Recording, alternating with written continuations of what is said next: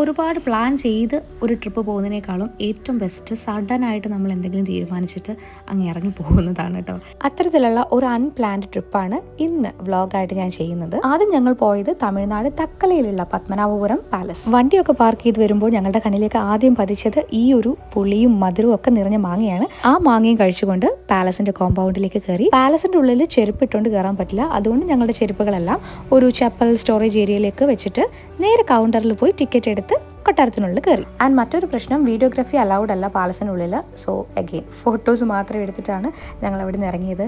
പക്ഷേ കാണാനായിട്ട് ഭയങ്കര രസമാണ്. അതിൻ്റെ ഉള്ളിലൂടെ നടന്ന് ഒരു മണിക്കൂറോളം നടക്കാനുണ്ട്. എന്നാൽ പോലും ആ ക്ഷീണമൊന്നും അറിയത്തില്ല.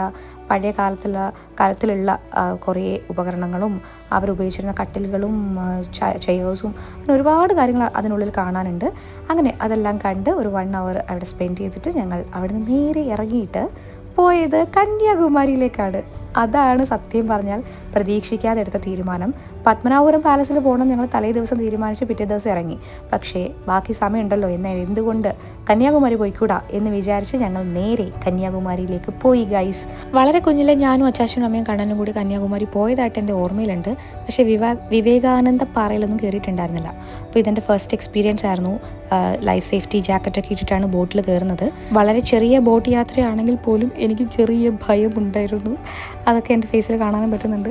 സോ എത്ര വേഗം തന്നെ ഞങ്ങൾ വിവേകാനന്ദ റോക്കിലെത്തി.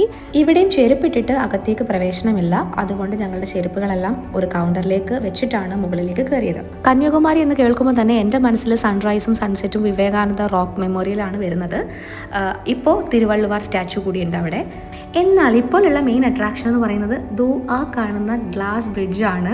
ഹൈറ്റൊക്കെ പേടിയുള്ളവർക്ക് ആദ്യം കാണുമ്പോൾ ശരിക്കും ഒരു പേടി ഉണ്ടാവും. എനിക്ക് അങ്ങനത്തെ ഒരു പേടി ഉണ്ടായിരുന്നു. പക്ഷേ വൺസ് അതിൻ്റെ മേലെ കയറി നടന്നു തുടങ്ങുമ്പോൾ ഭയങ്കര ത്രില്ലിംഗ് ആയിട്ടുള്ളൊരു എക്സ്പീരിയൻസ് ആണ്. ശരിക്കും നമ്മൾ എയറിലൂടെ വാക്ക് ചെയ്യുന്നത് പോലെ തോന്നത്തുള്ളൂ. പിന്നെ നല്ല സ്ട്രോങ് ആയിട്ട് തന്നെയാണ് അത് ബിൽഡ് ചെയ്തിട്ടുള്ളത്. മൾട്ടിപ്പിൾ ഗ്ലാസ് ലെയേഴ്സ് ഉണ്ടെന്നൊക്കെയാണ് ഞാൻ കേട്ടിട്ടുള്ളത്. അറ്റ് എ ടൈം ഒരുപാട് പേര് അതിൻ്റെ മേലെ കൂടെ നടന്നു പോകുന്നുണ്ട്. ജാനിയെ കണ്ടില്ലേ, വളരെ കൂളായിട്ട് ഒരു പേടിയില്ലാതെ നടക്കുന്നത്. അങ്ങനെ ഗ്ലാസ് ബ്രിഡ്ജിൽ നിന്ന് നമ്മൾ നേരെ എത്തുന്നത് തിരുവള്ളുവാർ സ്റ്റാച്ചുവിലേക്കാണ്. തമിഴ് പോയറ്റും ഒരു ഫിലോസഫർ കൂടിയായിരുന്ന തിരുവള്ളുവറിൻ്റെ 133 അടി ഉയരമുള്ള സ്റ്റാച്ചു ആണ് ഇവിടെ സ്ഥിതി ചെയ്യുന്നത്. എല്ലാ സ്റ്റെപ്സും കയറി ഏറ്റവും മുകളിൽ എത്തിക്കഴിഞ്ഞ് കാണുന്ന ഒരു കാഴ്ചയാണിത്. വളരെ വളരെ മനോഹരമാണ്. എസ്പെഷ്യലി അവിടുത്തെ കാറ്റ് ഒന്ന് പിടിച്ചു നിന്നില്ലെങ്കിൽ നമ്മൾ എടുത്തുകൊണ്ട് പോകാൻ പറ്റുന്ന തരത്തിലുള്ള കാറ്റാണ് അവിടെ വീശുന്നത്. ഈ ഒരു ട്രിപ്പിൽ ഞങ്ങൾ എല്ലാവരും ഒരുപോലെ എൻജോയ് ചെയ്തതും ഏറ്റവും കൂടുതൽ ഇഷ്ടപ്പെട്ട മൊമെൻറ്റ്സ് കിട്ടിയതും ഇവിടെ വെച്ചിട്ടാണ്. On the way back home ഞങ്ങൾ അതിനെപ്പറ്റി പറയുകയും ചെയ്തു. ഒരുപാട് ചിരിച്ചു. എന്തൊക്കെയോ കാര്യങ്ങൾക്ക് കുറേ ചിരിച്ചു, കുറേ ഫോട്ടോസ് എടുത്തു, കുറേ വീഡിയോസ് എടുത്തു. മൊത്തത്തിലൊരു റിഫ്രഷിങ് മൊമെൻറ്റ്സ് ആയിരുന്നു. കുറേ നേരം അവിടെ സ്പെൻഡ് ചെയ്തിട്ട് ഞങ്ങൾ നേരെ താഴത്തേക്ക് ഇറങ്ങി. ഒരിക്കൽ കൂടെ ആ ഗ്ലാസ് ബ്രിഡ്ജിൻ്റെ മേലെ കൂടെ ഞങ്ങൾ ഒരുമിച്ച് നടന്ന് വിവേകാനന്ദ പാറയിലേക്ക് എത്തിയിട്ട് കുറേ നേരം അവിടെ സ്പെൻഡ് ചെയ്തിട്ടാണ് ഞങ്ങൾ ഇറങ്ങിയത്. എനിക്ക് തോന്നുന്നു ഏറ്റവും അവസാനത്തെ ബാച്ച് ഞങ്ങളായിരിക്കും അവിടെ നിന്ന് ഇറങ്ങിയതിൽ. ഒട്ടും പ്രതീക്ഷിക്കാത്ത ഒരു യാത്രയായിരുന്നെങ്കിലും ഒരുപാട് നല്ല മൊമെൻറ്റ്സും ഒരുപാട് സന്തോഷം നിറഞ്ഞ ഒരു ഫാമിലി ട്രിപ്പായിരുന്നു ഇത്. അങ്ങനെ ഞങ്ങൾ അവിടെ നിന്ന് ഇറങ്ങി ബോട്ടിൽ കയറി നേരെ കരയിലേക്ക് എത്തി.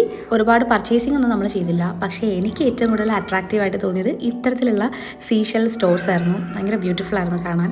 പിന്നെ ജാനി ഏറ്റവും കൂടുതൽ എൻജോയ് ചെയ്തത് മിക്കവാറും ഈ ഒരു റൈഡായിരിക്കും. കാരണം കുറച്ച് നേരത്തെ ഒരു റൈഡിന് ശേഷം ആ വണ്ടിയിൽ നിന്ന് അവളെ ഇറക്കിയപ്പോൾ കരഞ്ഞ് വിളിച്ചാകെ അലമ്പാക്കി. അവളുടെ കരച്ചിലൊക്കെ മാറ്റി കുറച്ച് നേരം ബീച്ചിലൊക്കെ ഇരുന്നിട്ട് ഞങ്ങൾ നേരെ കാർ പാർക്കിംഗ് സ്ഥലത്തേക്ക് പോവാണ്. ഇത് നൈസ് ഒരു വണ്ടിയാണ്. ഈ ബീച്ചിൽ മാത്രം സർവീസ് നടത്തുന്ന ഈ വണ്ടിയുടെ പേര് പോലും എനിക്കറിയത്തില്ല. ഓട്ടോ എന്നും പറയാൻ പറ്റില്ല, കാറെന്നും പറയാൻ പറ്റില്ല, ബസ്സൊന്നും പറയാൻ പറ്റില്ല. എല്ലാം കൂടി ചേർന്ന ഒരു വാഹനം. പക്ഷേ നല്ല രസമായിരുന്നു. കറക്റ്റ് അവിടെ നിന്ന് ഇറങ്ങാൻ നേരത്ത് എൻ്റെ ഫോൺ ഓഫായി. ഇനിയിപ്പോൾ വീഡിയോസൊന്നും എനിക്ക് എടുക്കാൻ പറ്റിയിട്ടില്ല. എന്തായാലും ഞങ്ങളുടെ വളരെ മെമ്മറബിൾ ആയിട്ടുള്ള ഈ ഒരു ട്രിപ്പ് നിങ്ങൾക്ക് ഇഷ്ടപ്പെട്ടു എന്ന് വിചാരിക്കുന്നു. മറ്റൊരു വീഡിയോയിൽ വീണ്ടും കാണാം.